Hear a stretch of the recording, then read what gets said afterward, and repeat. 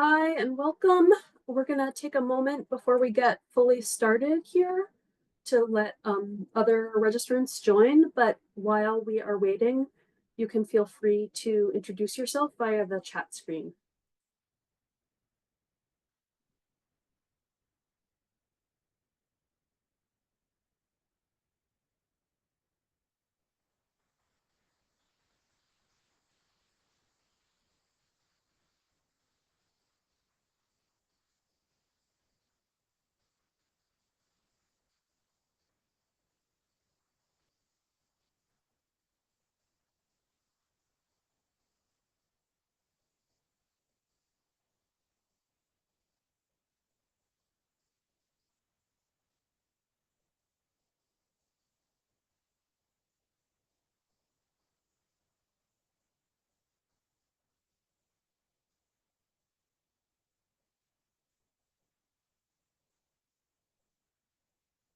Wonderful. Thank you so much for introducing yourself. You can feel free to keep doing that. It's great to see a range of people participating with us today.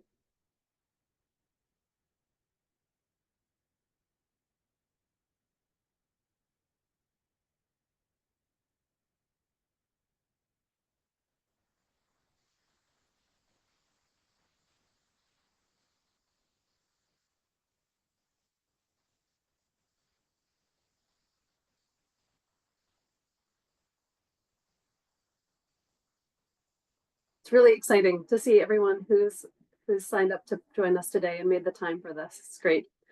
I see folks from at least 5 states, which is exciting.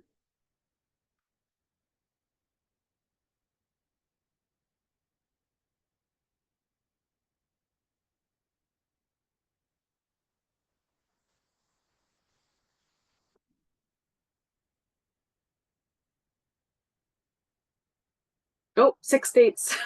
All right. I think we'll get going. We did have a nearly record-setting participation registration sign up for today, and I expect a few more people will join us. But in the interest of moving this conversation forward, I want to welcome you all to joining us today. Thank you so much for taking the time to participate. I am Leslie Harrison. I'm the Adirondack Program Director at the Northern Forest Center, and I am joining today from Saranac Lake, New York. And today, as most of you know, our topic is considerations for housing-friendly planning and zoning. I would like to start off by thanking my colleagues here at the Northern Forest Center, including Isabella Ronson and Amy Scott, who are working behind the scenes to help make this webinar work today. Our session is being recorded, and all of the links and resources that you see today will be shared following the webinar in an email, along with a link to the recording. So we selected this topic for today's webinar as part of our ongoing efforts to address our community's dire need for housing. Those of you who are based here in the Adirondacks have hopefully been part of our affinity group discussions on housing. And for those of you across the region, you're all familiar with the phenomena that whether the topic starts as being about housing or about something else, it usually turns to housing pretty quickly with any related topic. We know that housing is on everyone's mind these days. So we wanted to address a key part of this housing issue, namely how our community's planning and zoning can get in the way of or be supportive of the development of new housing opportunities in our towns. Before I introduce our expert panel to guide us through today's discussion, I want to share an image. Isabella, if you don't mind, not sure if it's being shared at this point. There we go. I want to explain the image that you're seeing here as a sort of a little small introduction to today's topic. What you see here, and I realize that it's tiny and you can't see the details, and that's kind of by design. But what you see here is a site plan for one of our housing projects that we're developing as an organization here at the center. This project that you're seeing is located in the village of Tupper Lake, New York. It's right on Park Street across from the high school, if you're familiar with that community. And it'll be a new 9-unit apartment building when we start construction in the spring. When we, as an organization, started to plan the project, there was an existing multifamily building on this site. And as I say, it's right in the village of Tupper Lake, in a fairly dense part of the community. So in our early project development thinking, we didn't give a ton of consideration to local planning and zoning considerations. We were planning to do a renovation. However, ultimately, we concluded that the existing building couldn't be practically or economically renovated, and we made the decision to demo the building and design a new structure on the same site, approximately the same use, massing, volume, location, setbacks. Like really pretty much everything was going to more or less stay the same. However, even though we were basically just rebuilding what was already there, we realized that the community zoning didn't really allow that development type. Subsequently, we've navigated the planning and zoning process in cooperation with the very knowledgeable staff at the town and village of Tupper Lake and their planning and zoning boards. So today we have all of the approvals that we need to start construction in the spring and proceed with our plans. However, we did need to carefully sequence our project to make sure that the multifamily use of the existing building was grandfathered. And we needed to go both to the planning board and the zoning board. We did need a couple of area variances, even though, again, we were basically putting back what was there. And we were mostly moving things to be more in conformance with the zoning than the previous existing building on the site. So I do want to note that Tupper Lake is in the process of adopting a new zoning code that'll fix many of these problems. So I want to make sure that it's clear to everyone that I'm not throwing Tupper Lake under the bus. I applaud the hardworking community members there for working on that amendment, but I think it's illustrative to the challenges that we are facing in our communities, and it's a useful example as we kick off today. It's, to me, as somebody who sort of geeks out on this sort of thing, it's fascinating that the existing historical development pattern in this example doesn't actually conform with the zoning that's on the books. So today we're going to go deep on this topic and break down the issues that your community might want to take a hard look at as you evaluate whether your planning and zoning need a second look to create new housing opportunities in your town. Today we're excited to be joined by 3 panelists who are experts on today's topic and who are going to help demystify this issue through a variety of examples and their considerable knowledge. Before I introduce them, just a little bit of housekeeping. By way of sort of an agenda for today, we're going to have individual introductions and opening remarks from each of our 3 panelists, and then a panel discussion followed by some time for Q&A with questions that come from you, the audience.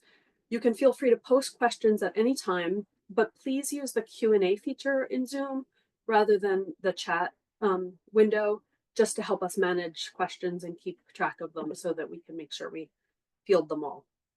You can feel free to continue to use chat to introduce yourself, react, share resources with the group, etc. So without further ado, I want to introduce who are our panelists today. So looking at this map, looking from east to west, we have Vanessa Farr joining us as the Regional Manager of Planning and Design Land Development at Haley Ward. Vanessa is joining us today from Portland, Maine.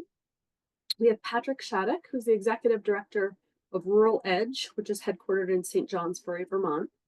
And we have Allison Hargrave-Gaddy, who's a Principal Planner at the Lake Champlain, Lake George Regional Planning Board, headquartered in Lake George, New York. Because of the technical nature of our topic today, we've asked each of our panelists to provide some visuals and examples to help provide a more robust introduction to our topic and ground this in some real-world examples. We're really lucky to have so much expertise with us today.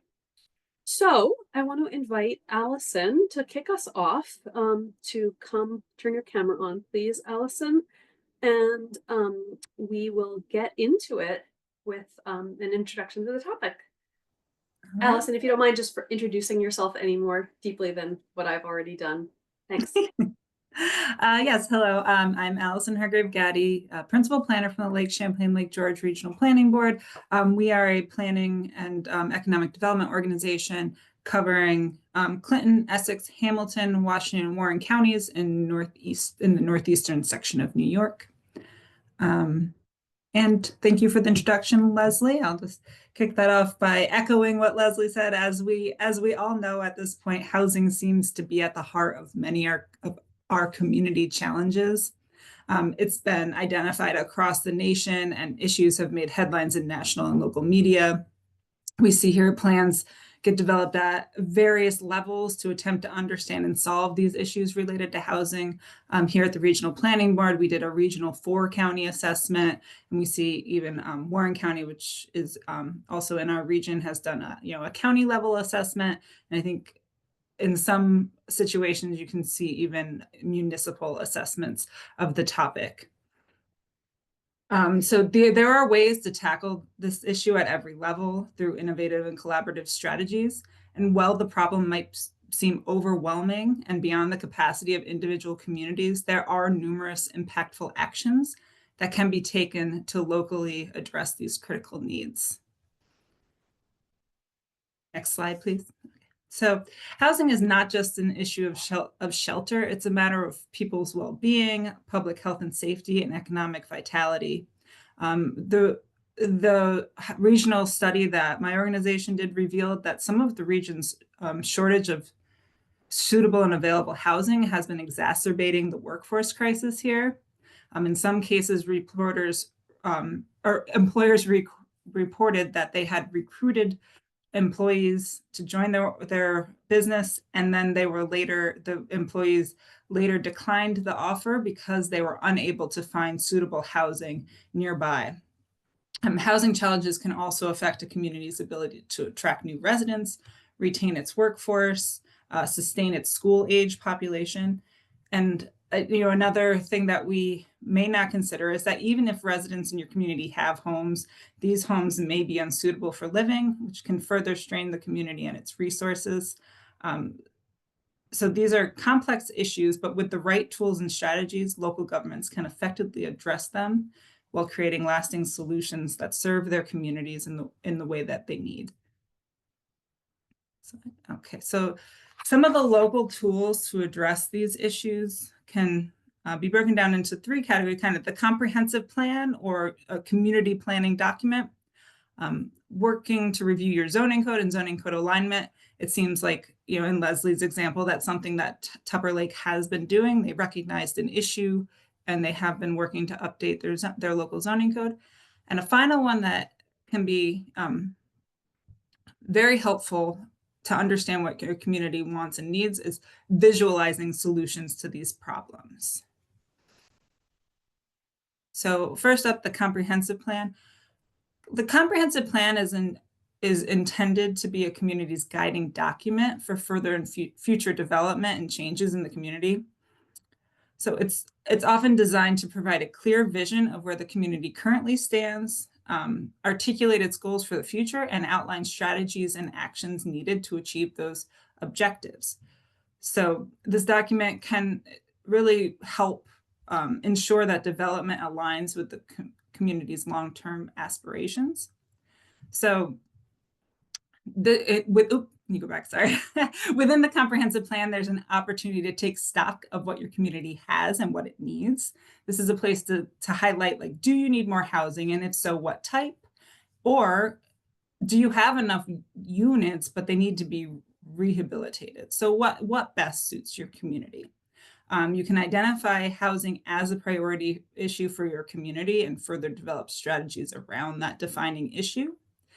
You can also use the land use component of the comprehensive plan to define where new development might be suitable and desired, and also what type of housing would serve the community needs. Is it multifamily? Is it single family? And also, this is an opportunity to go through your existing land use codes and identify areas of those codes that might be hindering housing development. And the comprehensive plan can make recommendations for updates to those codes in the future. Your second tool here is the zoning code alignment. This is really that reviewing your zoning code and making sure there aren't big issues that might be unintentionally inhibiting the development that your community wants. So these the big things that stand out. There might be some other things that are more pertinent to your community as a whole, but do you have minimum lot size requirements that don't comply with the character of the neighborhood? This is particularly relevant like in your community's downtown, and if you have access to public infrastructure, you may not need those lot sizes and that would promote additional development in your downtown. Do you have parking requirements? Parking minimums and requirements that are tied to development have been shown to increase construction costs and reduce the availability of land available for development. So if you are in an area that has available on-street parking or shared parking options, this might be something your community would want to look at and identify ways you can incorporate those options into your development review process to address the parking needs. Do you have a prohibition on multifamily housing, particularly in places that your community has identified they'd like to see multifamily housing? This is something that seems really obvious, but it might be the case as it is in a lot of our communities here. In other communities, we have seen it go so far as to not have single family zoning at all. This doesn't mean you can't have single family zoning or single family homes. It just means that they might be right next to multifamily. Again, what is right for your community needs to be defined by your community. Density restrictions, that kind of goes hand in hand with the minimum lot size requirements. Are you looking at, one dwelling unit per acre? In that case, you have, 1 acre minimum lot size. Is that the kind of development you want to see in your communities? Would something more dense be better? And then finally, we often see a lengthy and complicated approval process. That can definitely inhibit contractors and developers from coming into your community. I would say communities should keep their development review process, and that's they need to be involved in what's happening, but providing things that could be as simple as a flow chart of what a developer could expect in your community, or a checklist, just to make sure things are more standardized and people know what to expect when they come into your community with a project.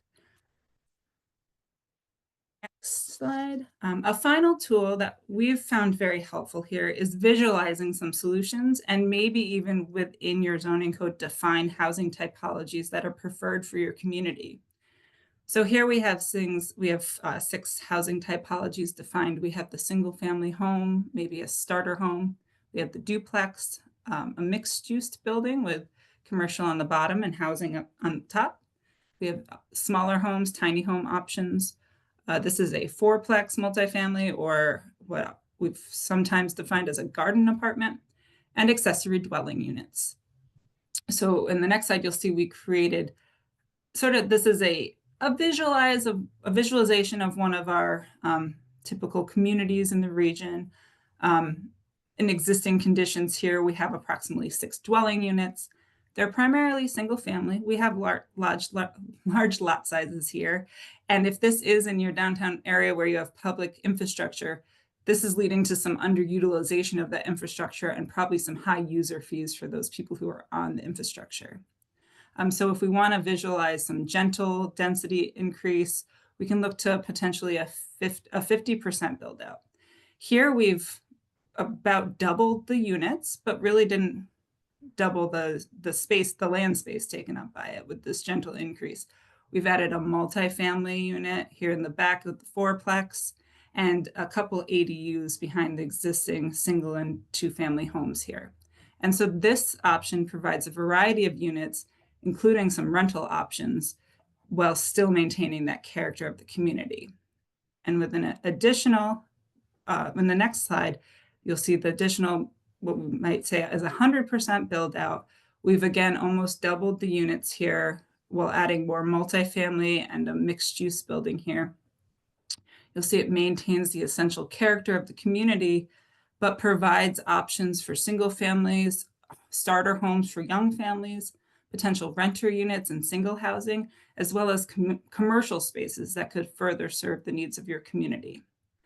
So as we've gone over today, there are numerous local tools that can be leveraged to address housing challenges from the planning and development perspective, but really clearly defining your community's needs and aspirations regarding housing can help guide your local policy, attract developers that might want to work with your communities and with the specific type of housing you want. And by aligning your community goals and with development opportunities, you can foster those partnerships that lead to effective solutions for your community. Awesome. Thank you, Allison. Thanks for walking us through those tools and grounding this in some of the opportunities that are available for communities to have a look at. We're going to turn the sort of speaker dais next to Vanessa, who's going to share some examples from her work, largely in Maine. Great. Take it away, Vanessa. Thank you. Allison, I love that you talked about building typologies there in that last slide, and I'm going to talk a little bit about that in this work. So my name is Vanessa Farr, and although I'm sitting today in Portland, I actually have no projects in Portland, nor have I ever had a project in Portland. I work a lot with communities across Maine. I sometimes say that I'm based out of my car because I feel like I'm on the road a lot. I work for a full service engineering firm. We do all sorts of land development, design, environmental, and my specialty has been in comprehensive planning and particularly form-based coding as a zoning tool to help communities activate their comprehensive plan goals and to achieve the kinds of development that they're truly looking for. I've been a municipal planner for about 15 years, so I have that sort of grounding and understanding about what it's like to be on the administrative side and to be in a small town department trying to move through development and permitting and creating incentives to encourage the kinds of housing development that we're hoping to attract to our communities. But I also work with big clients out of state and small clients too. So I get a good variety of experiences. So I'm going to tell you a little bit about the code auditing work and the test fits that we did in the Mahoosic area. Next slide. And so when we're looking to do test fits, if there isn't a comprehensive plan that's been recently created in the community, and even if there is one, we'll often start by looking around the community to understand what are those building typologies that are in a place. Next slide. And as we approach our work, we look for a couple of different types of sites to do the test fits on. And we'll look in this case at a site that was adjacent to Bethel Village. And what's unique about this site, I think, besides that it's already been kind of framed out with new street infrastructure, which we don't always have, is that there is a train station that hopefully one day we'll have a train again that's walkable to the downtown of Bethel Village. There's also sewer and water on this site, so that immediately allows us to think bigger in terms of density and what we can try to accommodate on the site. We're not having to deal with how to solve for sewer in this case. So this was one of our test sites that we looked at. Next slide. And just a base map of that. So again, actually, if you can go back one, the calculation for this site is 31 units. I'm going to talk a little bit about why I think density and measuring dwelling units per acre is not the right measurement anymore and why we should be moving beyond. But just to note for this site particular, it's as of right was 31 units. And as we move through, we'll see how that just doesn't get anywhere close to achieving what could be potential for the site. Next slide. So this was one development concept, and even though this one is the 150 to 180 units concept, we called it version 1 because we thought that this would provide what would be most complementary to a village that has a mix of larger buildings, but also small buildings. This envisioned some double-loaded corridor buildings as apartments with ground floor uses, whether those be retail or amenities that might support a residential building. The other design features, besides bringing buildings to the street and creating a really strong public realm, is tucking parking behind the buildings. So we felt this concept would work on this approximately 7 acres in total, also providing some public space in front of the train station. It's parked okay. It's producing a great number of residential units without being too tall. But of course, the density doesn't work here, and nor does the parking. Next slide. And this was another option. And this imagined perhaps doing some platting where instead of 1 or 2 developers coming in and taking on a project, that this might be subdivided, and then incrementally a number of developers could come in and build some smaller scale buildings, perhaps 8 to 10 units for those little orange footprints, and then some 12 or 14 unit buildings on those corners. But again, for this location, and we draw first and then go back to the code to see where we're breaking it. If you want to go to the next slide. This is a second location, not on the edge, but right in the heart of the village. In the center of the slide, you can see a footprint surrounded by green. This is the Ethel Bisbee School. The school was no longer being used as such, and it was decided that this building would come down and a new use would be, the site would have some kind of redevelopment.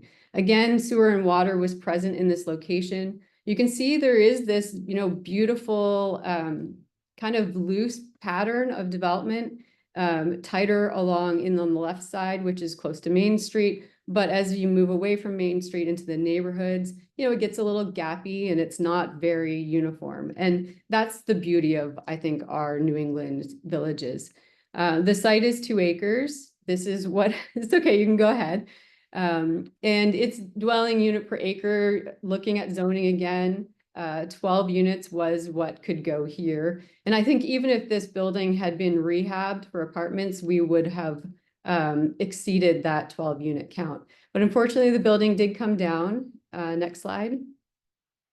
And this was a concept that we drew for its replacement. And in here, what we tried to do is recreate a strong center, a building that might have some small apartments in it with some smaller buildings surrounding on the exterior. We always try with, I think, these smaller infill sites to design where the parking sort of tucks to the side, and it's very limited in terms of how much circulation then happens on a site. And that helps us to maximize the sort of like the efficiency of placing buildings around green spaces. So this plan laid out at 28 to 30 units. And as I mentioned before, this absolutely broke the zoning. Next slide. So this is the messy summary table of all the things that we were breaking by creating development plans that truly supported the context of where they were located. And so if I were working in Bethel, I would suggest all of these things get adjusted. You might have noticed on one of those slides a reference to LD 2003. The state of Maine did pass some affordable housing legislation that for places in designated growth areas, that's places in comprehensive plans where we say we want development, and also in places with sewer and water, that if you create affordable housing and you set aside 51% of those units for affordable, you can up your density by 2.5 times. Now, I think that's a pretty blunt tool, and I feel like zoning is not a one size fits all. And so as you can see, there's a number of things that have to kind of come into play to support increasing density. It may be height, it may be open space restrictions, it could be lot coverage, a number of things that Allison ran through already in her presentation. Next slide. So again, I think that we have a better way to get to regulating development or to encouraging development that is not density based, but it's building types based. This is a project in Madison, Maine, where those 2 units are producing 18 units of housing. When this site is built out, there will be 5 buildings in total. So 9 per building times 5, that's like 45 units in a pretty small infill lot. This was also a school site. Next slide. So a couple of quick little innovations, and then I think I pass it on. So Maine has this lovely building typology that I think if we return to, it's a wonderful way that we can insert some of that gentle density into our villages. And it's the big house, little house, back house, barn. And so we worked on a typology of how we could recreate this and accommodate a number of units. So depending on the apportioning inside this building, you could be anywhere between 8 and 12 units. Next slide. And this is just an in-town lot in any village in New England. Next slide.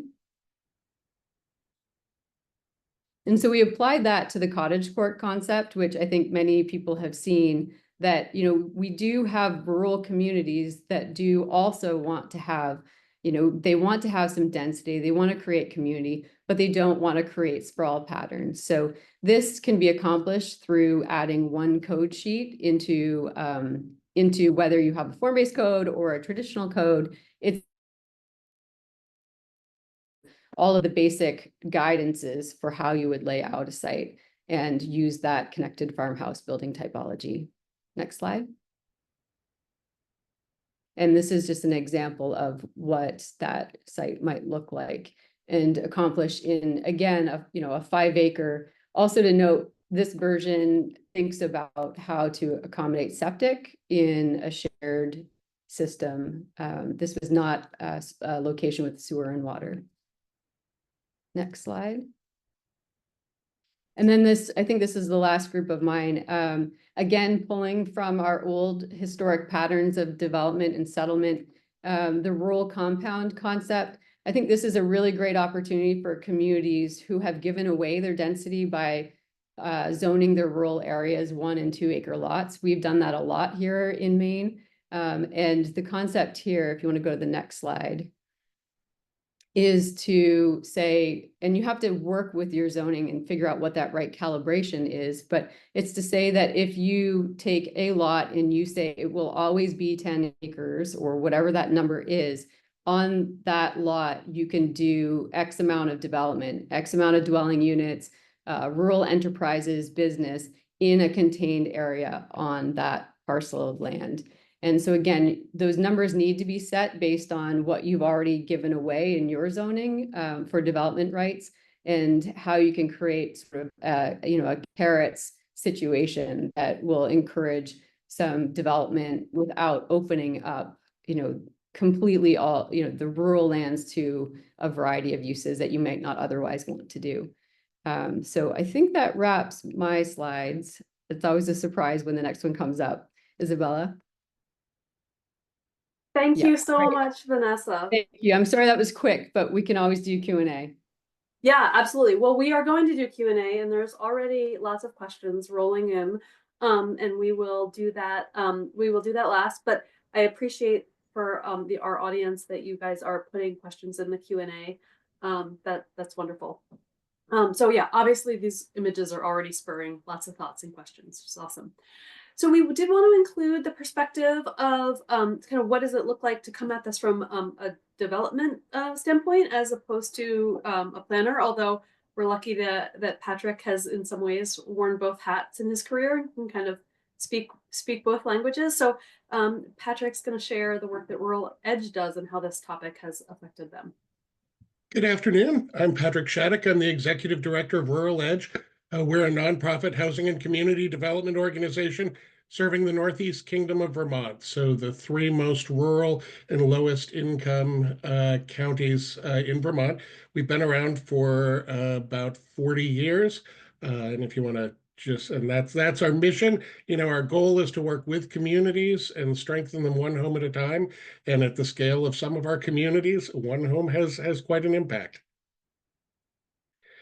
So we as an organization, by the end of this year, will own and operate about 1,000 units, ranging from duplexes all the way to 48 units. This gives you sort of an idea of some of the types of buildings, but we work really with communities to create housing and mixed unit developments that they really have identified. Allison mentioned the comprehensive planning process or the town plan process in Vermont, and really look to come up with something that fits and meets the needs of the community. Our projects, while we're a nonprofit, they contribute about $700,000 annually to local and school taxes, and we really work with communities to come up and respond to things that they've identified. So, as it was mentioned, I'm not a planner. I've been in housing and community development for about 30 years. My background's architecture and historic preservation. Started my career in Savannah, Georgia, so a strong community with a strong basis in planning and architecture, but have spent most of my professional career in Vermont, sort of with a 12-year stint in the middle, working just outside of Pittsburgh, Pennsylvania, where I worked with former mill towns. And these are communities that saw huge changes, dramatic drops in population, some by 90%. And one thing that was common was they never expected anything to change. And, it might be 20 years after they lost their mill, but they hadn't updated zoning, hadn't done any planning, and they didn't know really how to look forward. So the organization I worked with and I spent a lot of time working with communities to develop ordinances, really talking about community wishes and desires, respecting their past, and really reevaluating what a community could be. So I kind of wear both hats. And so when I look at this, I look at what do developers want? They're looking for certainty. Um, you know, Generally developers, they want to create attractive developments that are good places to live and work. But they want to know what the rules are, what the restrictions, and how they'll be implemented. And they will decide that if they can't meet the requirements or if they aren't going to be administered, they'll go to another community. And so I think that as you reflect on where you are, I think it's important, does your planning commission or your development review board actually know the ordinances that they are administering? I mean, I work in lots of communities, and sometimes folks don't have any idea what's in there. And do the requirements in those ordinances align with what the community wants to see? And I think that if the answer is no, or maybe, or you're scratching your head, I think that you might not be attracting the development you want.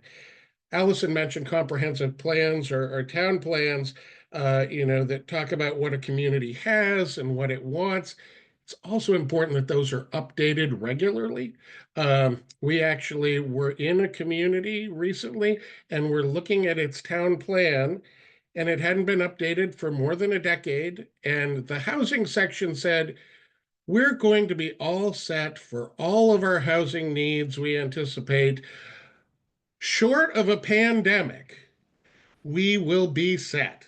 And we clearly had a pandemic and they hadn't updated their town plan.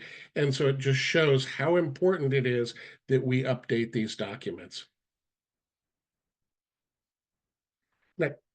So for my study, I'm presenting a development that we actually started construction yesterday, a Four Founders Circle in Newport, Vermont.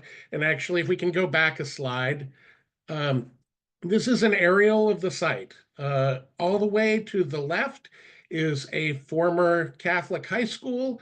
In the middle is a convent.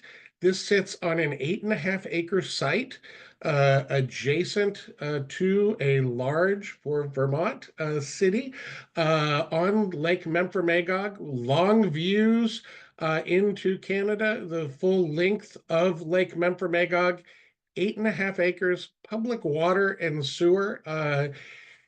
And if you go on to the next, you'll see the buildings. These parcels were developed beginning the school in 1951, the convent in 1971. These were not necessarily the most attractive buildings, but when you looked at it, it just had this amazing site, great amenities, 65,000 square feet of buildings. It was linked to downtown by a sidewalk, had ample water and sewer, and it was on the market for the better part of 15 years. And developers looked at it and everyone was deterred. And one of the biggest challenges, apart from having to negotiate with nuns, was that the site was zoned institutional educational, and no residential uses were allowed by right or through conditional use. And so I think it's really important, as I've worked in communities, going back to my time in Pittsburgh, communities say, well, that's always been that use. And clearly, we see changes. And so as you develop your ordinance and develop and look at zoning maps and where things are designated, we understand there may have been a use there for a long, long time, but we are zoning and planning for the communities into the future. So that doesn't necessarily always mean that that use is going to be there. So if you think about what's there historically, what makes sense there today for the needs of the community is a really important consideration. So the community acknowledged that some of their ordinance was outdated, and actually it's in the process of being updated again, but it was updated and involved a lot of public process. I think the end result was clear. It included some form-based zoning, but they also had zoning and planning staff who could explain it. I think that's really important. It's not uncommon to go to some offices and you're handed an ordinance, and there's not necessarily the outreach or the expertise. And this is because we work with small communities; they're limited in their capacity, so that's really a consideration. But the result with this was there was significant planning that really saw what the community wanted, and explained the ramifications of the ordinance. So when we were looking at this, one of the first things that happened was we said, what do we need to do? We want to hear from you. And so the city staff brought in not just the zoning administrator, but they brought in public works, public safety, and we had a site visit.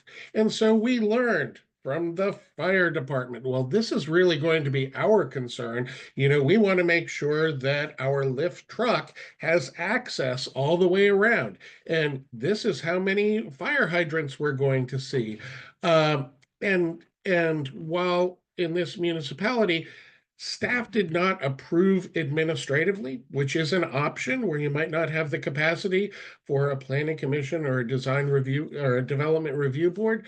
The staff really knew the ordinance, and they made sure that their planning commission was fully aware of the project and how it met the regulations. So as we had conversations, they were meeting regularly with the chair to go over the development.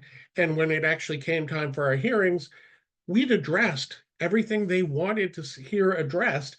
And they came up with a script for a hearing to make sure that everything that needed to be addressed was documented fully in the minutes. Now, that doesn't mean there wasn't a public process that neighbors couldn't share, but that people simply were aware of the process and what needed to be done. And having that known is so helpful to a developer. Next slide. So as we had discussions, ultimately, we we thought big, and we said, if we're going to tackle this, um, the town had not only updated its zoning, its town plan. Housing's a priority, can't have enough of it. And so we went and came through and came up with multiple proposals for how the site could lay out in phases, to have discussions with the local bodies. And so if you look, in the upper right is the convent, the upper left is the school, and then the lower development, the series of buildings, would be a new development on what had been the recreational fields. This is a site that's used by the community. You know, we wanted to continue to have it used by the community. People walk their dogs in the fields, so we really wanted to lay out some paths and continue a place for recreation. Look at things like public and private spaces. But if there hadn't been the discussions in the ordinance about realistic expectations for parking, and those conversations early on, we wouldn't have been able to advance with this. So next slide. Oh, I thought I had one more, but I guess not. But so we are fully permitted, and are under construction on the convent. So the building in the upper right, that will be 26 units of rental housing. The former school is approved for 24 condominiums, which will begin construction in mid 2025. And then we have the potential for all of this new additional development. So you know, some of the things that planning it as a planned unit development, it allowed increased density. We were able to share parking. It allowed for municipal takeover of the roads and infrastructure. So we were working with the town to design this, so that as you look to ongoing costs for a developer, that's really important. It offered flexibility with setbacks. And it helped with the cost. And I think what the community gained, they are so excited to see this facility, you know, where so many people went to school and have fond memories, repurposed and bring desperately needed net new units, both rental and home ownership. And there's a certainty about what the future would look like at the site. Just a couple of things, you know, want to acknowledge the state of Vermont, really at looking at planning and zoning. The Commerce and Community Development Agency of Commerce and Community Development created a zoning for great neighborhoods. So really sort of model zoning guides for communities, and Homes for All, which is a design toolkit. So it looks at sort of common types, similar to some of the other things we've seen, designs that could be permitted for use in multiple infill locations across the state. And that builds on some other efforts. Act 47 was a state requirement that impacted zoning. It required any municipality to allow duplexes anywhere where single family homes could be built. And that expanded to fourplexes when there was public water and sewer available. It allowed accessory dwelling units by right, and then also established more flexibility for the location of emergency shelters. So I think all of those things are really looking at, as we started this, the need for housing and how we accommodate them in our communities. Awesome. Thank you, Patrick, so much for sharing all of that. Going to invite Vanessa and Allison to come back on camera and turn to a bit more of a discussion format. And I do want to note that you just mentioned a couple resources. We'll talk a little more about resources, and we'll try to capture resources that you both reference for our follow-up email as well. So we're already having, as I mentioned, some robust questions come in through the Q&A, but I want to start with some more sort of general discussion. I will save time for audience questions, so if you continue to have questions, please continue to put them in the Q&A. I want to just start with this question about the tension around density, and a little bit of the kind of why.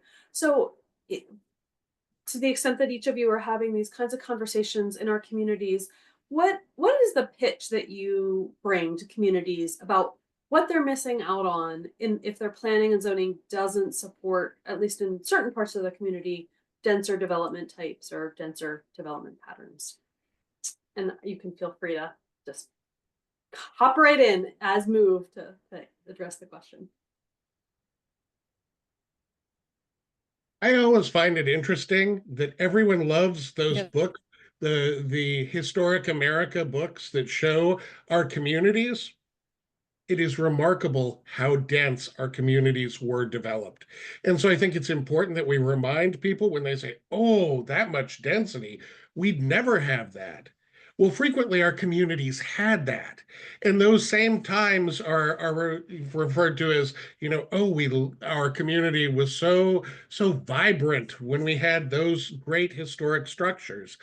Or people point out, the anchor buildings that are fantastic.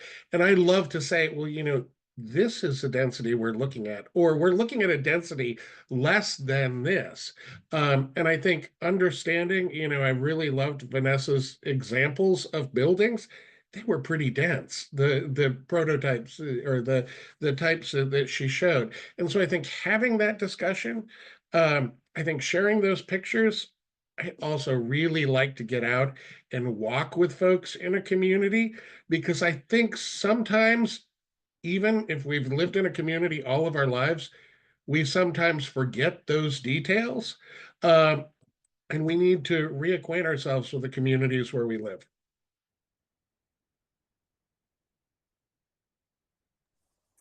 Great. Vanessa, Allison, anything else that you'd like to add on that topic?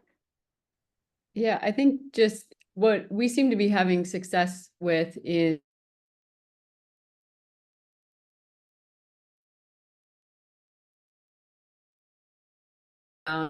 so beyond the fact that we want to welcome new neighbors to Freeport, we have infrastructure we've invested in, and that infrastructure is nearing the end of life. So capacity, the pipes are needing replacement.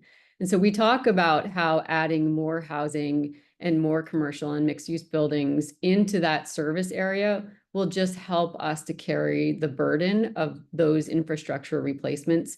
And our economic development director has done a great job of modeling, what that actually will mean in terms of availability of other funds to then do other things in our municipality. So that's been pretty effective.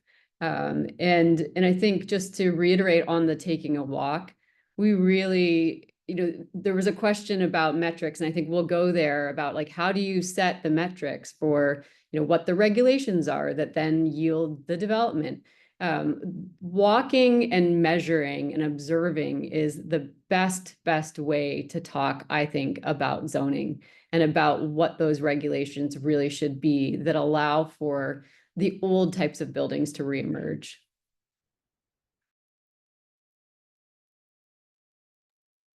I think the infrastructure piece is a really great way, I think, to start the conversation in community, besides that piece I showed about visualization and how it, conceptually it could be scary, but when you actually see what we're looking at, it might not be that different. I mean, that's the hard part.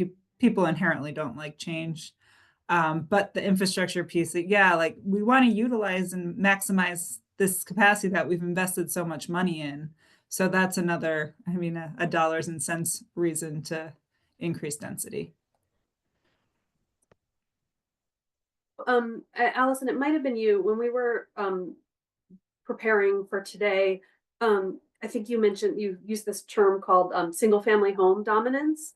And I wonder like what the risk is to our communities. Like, how do you talk to people about the risk of a sort of a single family home dominant approach? As far as, so I think that affordability is the lens that we were looking at, that sort of the best way to approach this, I mean, really national issue of housing affordability is to have a variety of housing options in your community, whether that be, you know, duplex, or, you know, just ensuring there are options for rentals, and assuring there's different size houses or different types of houses available. So I think that that is the how we're approaching the risk of having a single family dominance. So quite an extreme one. And also, you know, there are very few rental units in our region, and I think that also comes from almost exclusively single family homes. Vanessa, Patrick, interested to chime in on that issue? All right. We'll move on. I want to talk a little bit about sort of community identity. Patrick, a minute ago, you talked about the fact that we once had dense historic downtowns, and that people are sort of nostalgic for that, and yet, you know, there's a discrepancy. So how, I guess the basic question that I want to offer is just, do you think that as you look at the planning and zoning documents that exist in our Northern Forest communities, do you think that they are actually helping communities realize the vision that they have for their communities at present? And I'm sure there's a range of responses, but could you just speak to the sort of whether people can visualize what their own planning and zoning actually is permitting by right?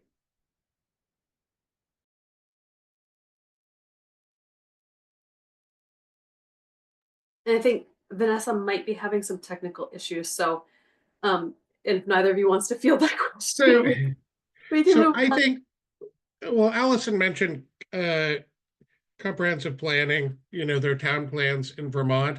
I think that oftentimes those have this great narrative of what we aspire to for our communities, and zoning ordinances don't often, don't necessarily correspond to that. So I think that if there were more or better relations of those two documents, you would have the tools to actually implement what you aspire to. Yeah, I think there's a piece of comprehensive planning that's sometimes missed, is this kind of like last piece that we call like future land use planning, or, you know, it's not, you're not zoning, but you might have seen them. They look kind of like bubble maps. Basically, you look at a map of your community and say, like, this is what we would like to see here. Like, we really think maybe the commercial corridor should extend this far, and we want maybe some denser residential development here. And once you kind of develop what that future land use map is and kind of lay it on top of your zoning code, you can find the places that might conflict and say, hey, actually, we want this here, but by our zoning code, we can't. And then that's a really great jumping off point to update those codes. Likewise, definitions, lack of definitions. So you might have all sorts of great buzzwords in your town plan, and then those don't necessarily align to how you're regulating that. I'm gonna hope that my internet stays, because I have a lot.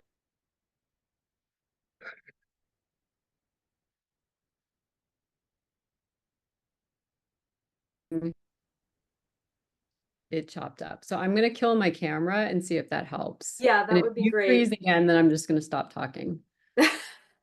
Perfect.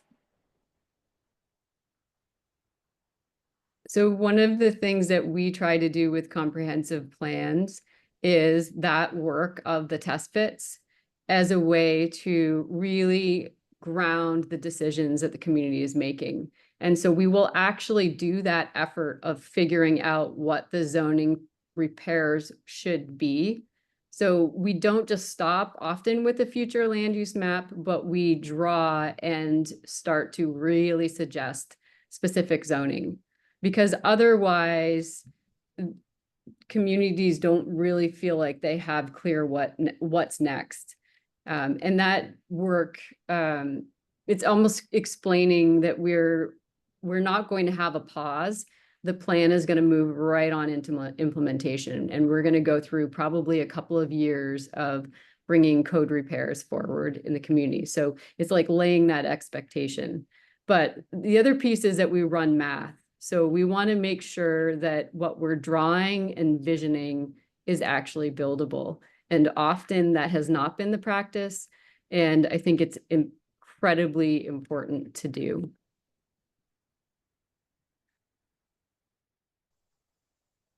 Awesome. I don't want to step on you. I think that was the end of that thought process, perhaps.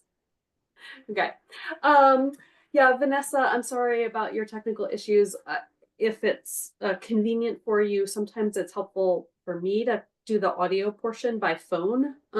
If you can go to the caret next to audio and switch to phone audio, sometimes that works for me when I'm having bandwidth issues. But this also works. Feel free to just leave your camera off and participate by audio. I think those are really great examples. Patrick, earlier you talked about the capacity of communities to actually administer their codes. So I want to turn to that as a topic. And as we were preparing for today, we talked a little bit about the fact that in some cases, some volunteer boards are kind of out of their depths in terms of actually administering their codes. So what are the consequences? And I guess I'll direct this to you specifically, Patrick. What are the consequences when communities are not effective and efficient and knowledgeable about how to administer their codes? Well, first of all, I just am so appreciative of folks who step up and volunteer and have to say, boy, I look at so many communities where the same folks are on every board and volunteer. And so their work is so admirable. I think the problem comes when they might have something to an ordinance to administer, and yet there's a presentation and, oh, that makes sense. And so things aren't necessarily administered uniformly. It sets up all sorts of precedent and uncomfortable opportunities. There are logical things that make sense, but they need to be administered across the board. I went to a hearing, and the chair of the Development Review Board did not know what DRB stood for, and was really having trouble in convening a meeting because they didn't even know what body they were acting as. That it creates challenges for small communities and for those who are looking to build something or improve something. So I think opportunities exist for whether it's technical assistance providers, regional assistance and administration, shared administration, or action or administrative action instead of by a board or a commission. You also mentioned that you've had a lot of success with the importance of site walks. Can you just expand a little bit on that? And Allison or Vanessa, if you want to jump in as well, I'd love to hear everybody's perspective on sort of the value of getting out onto a site and talking about it. Well, I think this really speaks to my time in Pittsburgh. So some of the communities I was working in had lost 90% of their properties. So when I talked about, or 90% of their properties were vacant and blighted, a combination, really devastated communities. And I think getting out and thinking, we're never going to have density development this dense, the 20-foot wide lot. But what makes sense, because we have some homes that still exist and are well tended? And how do we look to a future and acknowledge what we have, and sort of see what will happen? I think of one community, and it was the one community that still has a steel mill. And when we walked, we realized smells and sound from that building and how it would impact where you would place things. So I think understanding that traffic, if you're in near an airport, all of those considerations I think are really important, and you get that by walking and really sensing that getting reacclimated to your own community. Awesome. Vanessa, Allison, anything to add on that topic? No, I think that was covered really well, Patrick. Yep, agreed. Great. Well, we have a lot of questions coming in from the audience, so I want to make sure we have plenty of time to address them. So I'm going to do my best to sort of organize what are great and disparate questions. Several of them have to do with the definition and realization of the idea of a form-based code. So Vanessa, maybe I'll pitch it to you to start. Could you just first off explain what is a form-based code? And then can you speak to a little bit, like, what's the interplay between some of the visualizations that we saw of Allison's and of yours and the idea of a form-based code? Like, like one person asked, would Allison's visualizations represent a form-based code? So could you take that on first, and then Allison, perhaps? Yeah, that's great. So I think the answer to that question was, in short, no, just adding visualizations to a code doesn't make it a form-based code.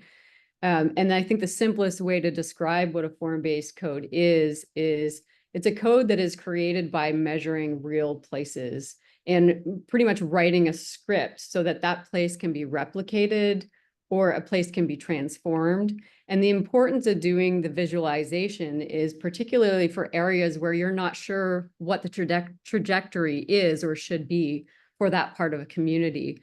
So some of our tired retail corridors, for example, if we don't know what that plan is or what its transition should be to, master planning and doing a really good engagement process with visualization would be the starting point for then deciding, what do we have to code for? And everything is measurable. I work with engineers who are doing site design, and the way I explain it to them is that if we take a walk and our goal is to recreate, this beautiful street in our village, then let's measure everything that's here, because it's telling us what that playbook is. So, we tagged through our presentations all of the things that were getting broken when we were designing test fits and conceptual designs, but we weren't telling you what the fix was, the metric. You've got to go figure that out by measuring your community and saying, okay, well, if that's what's here, that's the measurements that should be here in the future. Does that help to sort of start that, what it is?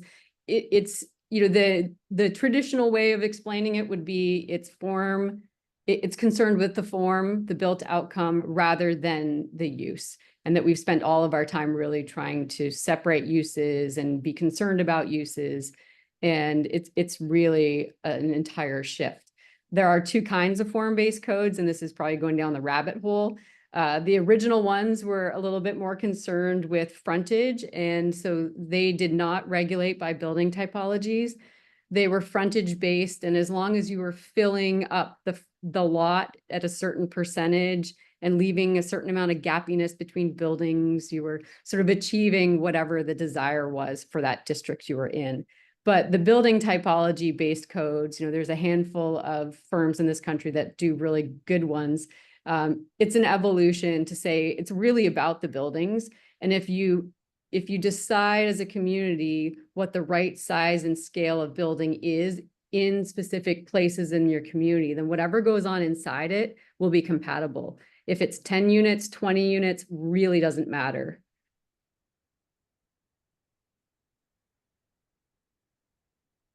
Allison or Patrick, are you interested in contributing to that answer?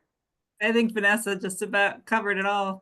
Well, I think some other considerations are things like transparency. So if you traditionally had storefronts on the first floor, but you might not, how much of a facade was transparent? And so those are considerations, and those can be done through, and I'm not the expert, through more traditional zoning as conditions, and overlays. But I think those are really good considerations to have. But setback, so many times we had big setbacks and everything was built to the sidewalk around it. And I think is an example. Well, I think of form-based code as being a little bit of kind of like a newfangled fancy planning idea that is, often a little bit more urban in nature. Have you guys seen successful Northern Forest Center region scale form-based codes? And also, do you feel that form-based codes, going back to our question about community capacity, that they're actually sort of in line with the capacity of our communities to administer? I would love to answer that one too. Please do. I love zoning. Zoning is so fun.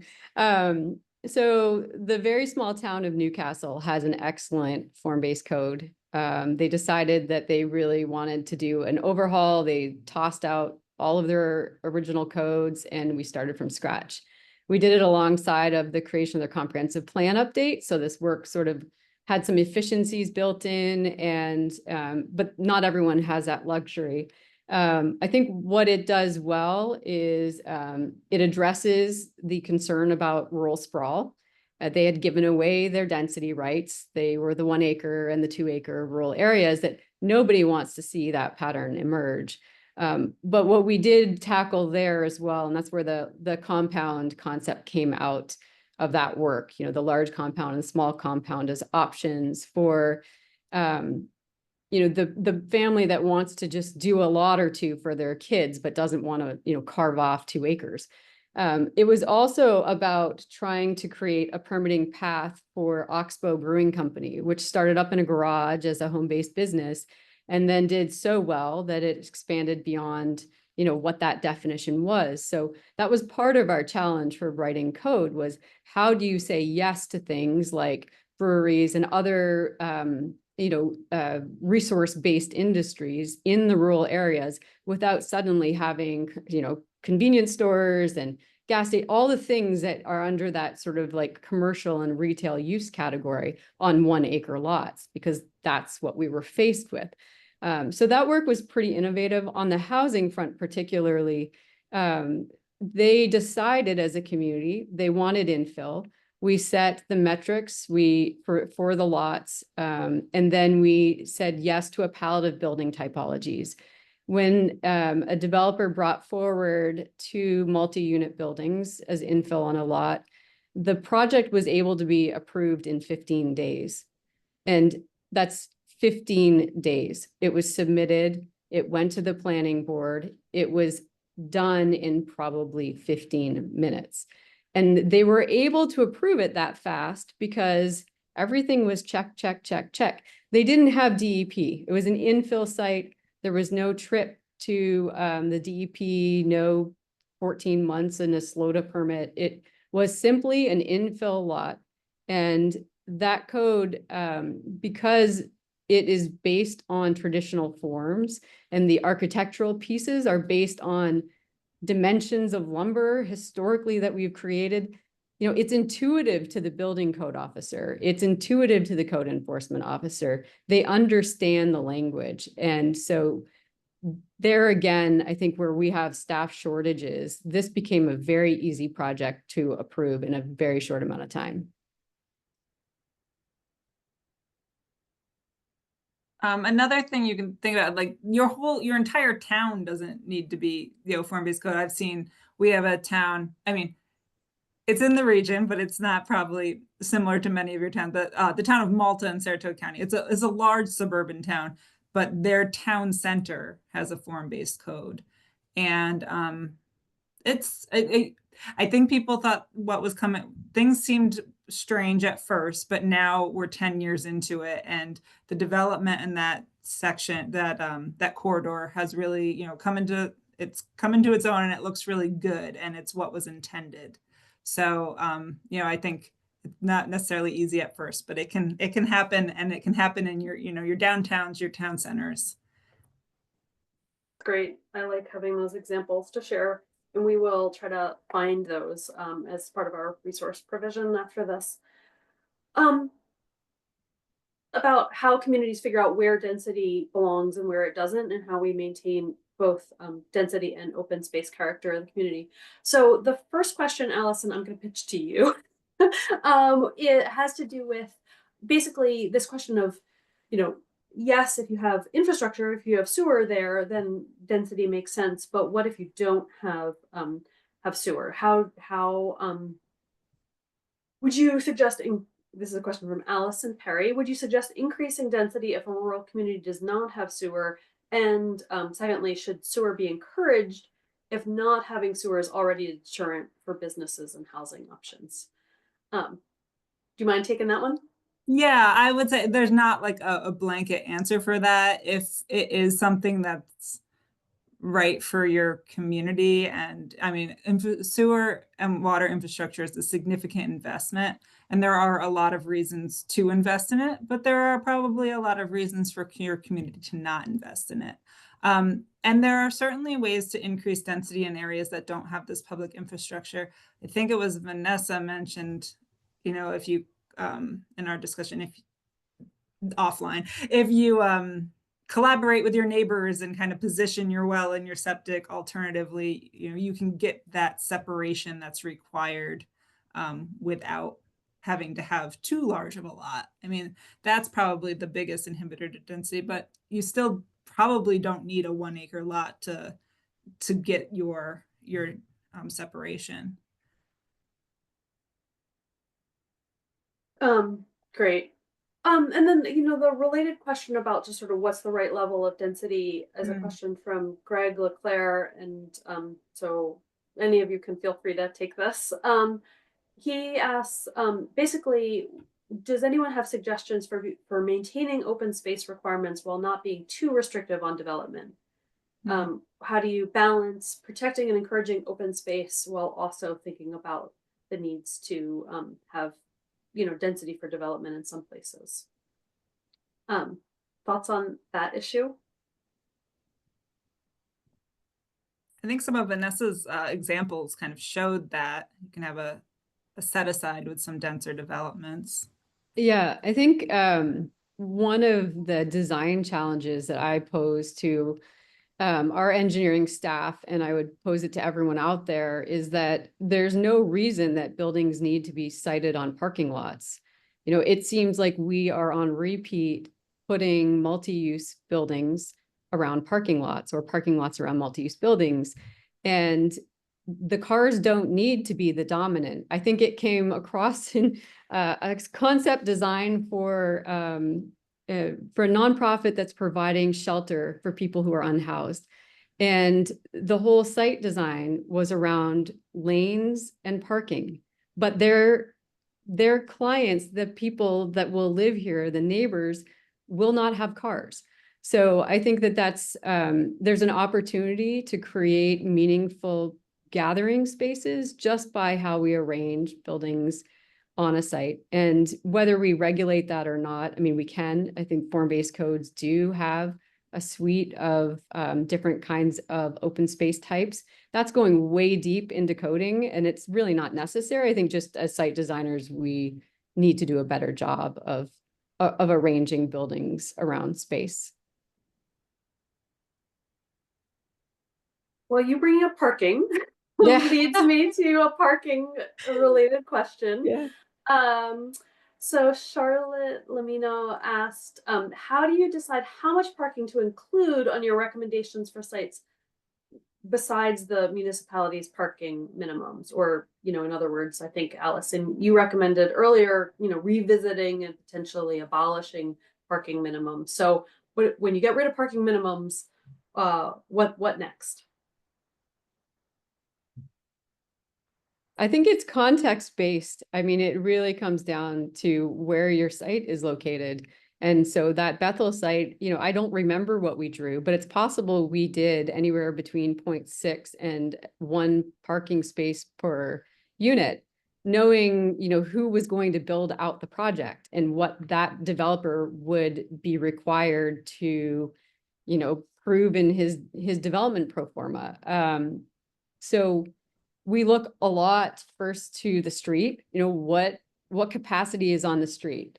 And that, of course, is different depending on where you are in your community. We look to municipal district managing of parking, especially for downtown.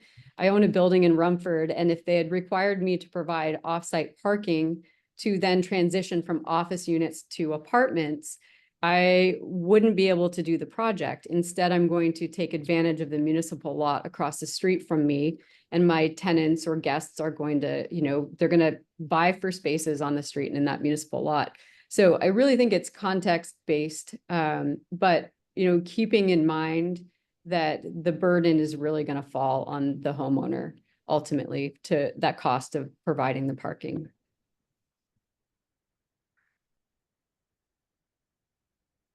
I guess to expand on that, as developer, parking is really expensive to develop, and we're constantly talking, rural communities, the cost of construction is really high, and there are often unrealistic requirements for parking. I mean, our portfolio of about 1,000 units, we average 40% of our households have a car, but yet sometimes we're required to create 2 parking spaces per unit. I would much rather put additional money into other improvements that would add value to the building, add value to the site, better landscaping, enhance the community than more hardscape, because also it's more that we have to plow and maintain, so that it really impacts operations as well.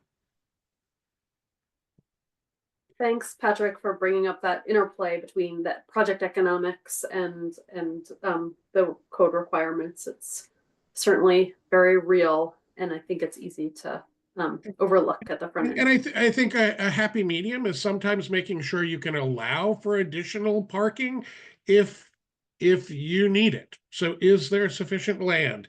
Maybe you're required to put a base down, but you can put grass on it. Those are things that seem to be practical and real, that sort of allow everyone's needs and concerns to be met. Yeah, I think to chase that a little bit, we're starting to see changes with stormwater regulations. And, to the extent that we're doing all this great work, loosening up zoning and allowing for tightness, changes to the pre and post, how we calculate stormwater and what needs to be contained on a site is really going to also make it difficult, even if we say yes to infill and density. So if we can cut down on some of that impervious, i.e. less parking, it's just going to help us. And that's something that we're, it's kind of like the red flags are starting to go up with proposed changes that are coming at us at the moment. So. Thank you. So I'm looking at the time, and we have a bunch of questions still in the Q&A, and I don't think we're gonna have a chance to get to them all. But I do want to I think this one is for you, Vanessa. Matilda Larson asked how many communities have already adopted these recommended zoning revisions and how long they've been in effect. She says, I'm interested in learning more about the successful implementation of housing with your recommended revisions.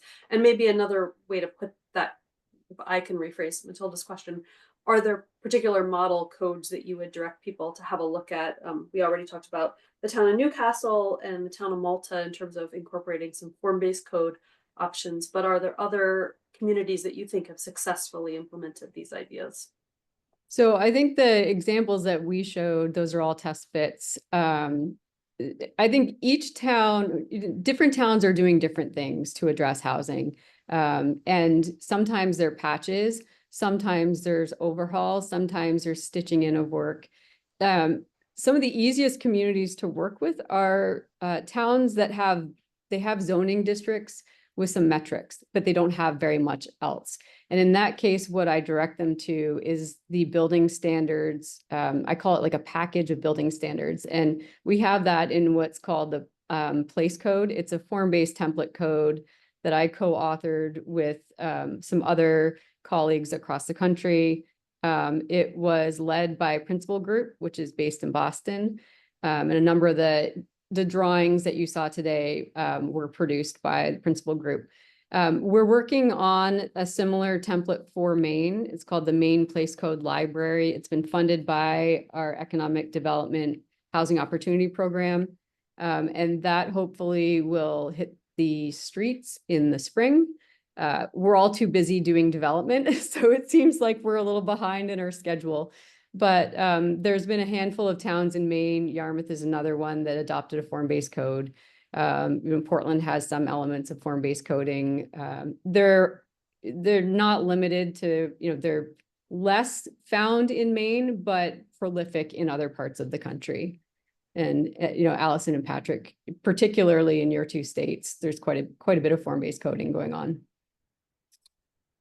Yeah, and I think the question's not limited just to form-based codes, but Alice and Patrick, would you have other examples to point to of sort of here are some communities to look at in terms of communities that are doing this work?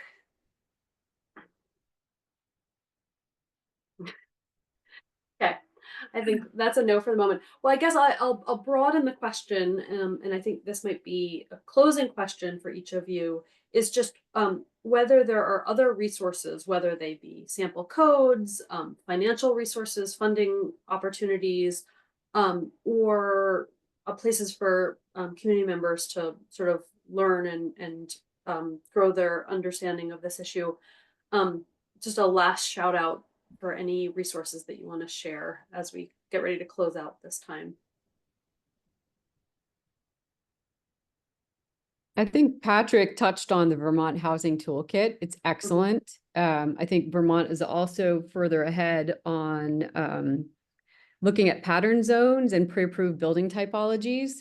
I think we're trying to move that ahead here in Maine, but the concept of being able to say, here's a suite of buildings, they're pre-approved, they can track through a local permitting process faster. Those are great things to be looking into. Also, I want to give a shout out to the city of Bangor, who is taking on the hard work of actually doing the pre-development work so that the developer can avoid this uncertainty and risk. So they've got an opportunity site, they're moving it through permitting and design, and then they'll turn it over to a developer in some kind of mechanism. And our town in Freeport is also, looking at that work closely and saying, gee, if they can do it, we can do it.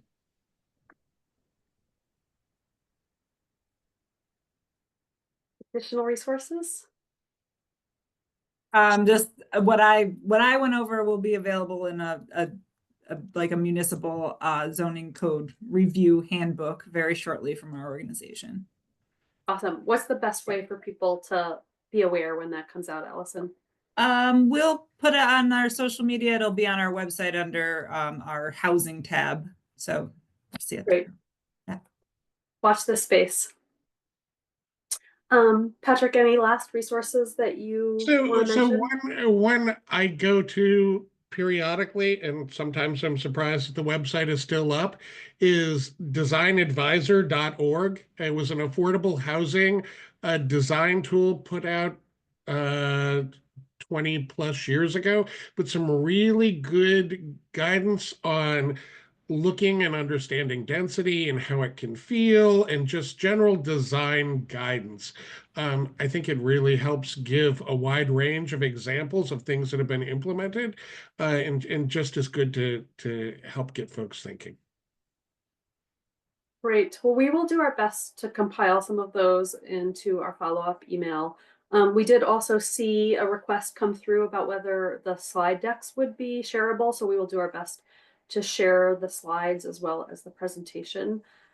So it's time, unfortunately, for me to kind of take us out here. I want to thank all of you, our panelists, Allison, Vanessa, and Patrick, so much for making time and sharing your expertise. And Vanessa, you had to do some clever hot footing to get to a more reliable internet connection, it looks like. So thanks for bearing with us and making that work. Really couldn't offer these webinars without folks like you. Yeah, so thank you so much. Also, thanks to our entire audience for joining us today and largely sticking with us through this hour and a half. We had looked like about 100 people on at one point, and so a little bit fewer now, but still, I think it speaks to the importance of this topic. And so thank you so much for broadening your horizons and taking the time to learn. We also need to thank USDA Rural Development and our other funders for supporting this series. So a note to our audience, we'd love your feedback. You'll get an evaluation link. I think it'll come through in the chat momentarily, but also in the follow-up email. We were interested in hearing your feedback on how these webinars work for you, and any specific feedback you have on today's. And what you're seeing up on your screen at this point is an opportunity to sign up for our e-newsletters from our website. If you register for this, you will get updates about future webinars that we offer, other Northern Forest Center updates, and also general news from throughout the region. You can even, as you can see in the image, select a geographic or thematic focus, so you only get updates related to your interests. So I believe, well, I'm doing a bad job of multitasking, but I think that is will be in the chat soon if it's not already. And lastly, if you've been enjoying this webinar and others in our series and want to support this work and the broader work of the Northern Forest Center in building the new forest future, please consider a donation during this season of giving. A link to our donation page can be found on our website and should be popping up in the chat soon as well. Just to take us out, one last final thanks to everyone for making this possible. Thank you so much to our presenters and to our audience. Very rich discussion today. I do apologize to those of you who posed questions that we didn't have time to get to, but we'll be sharing our presenters' email addresses, so I think there will be some chance for follow-up as well. So thank you all so much and have a good afternoon.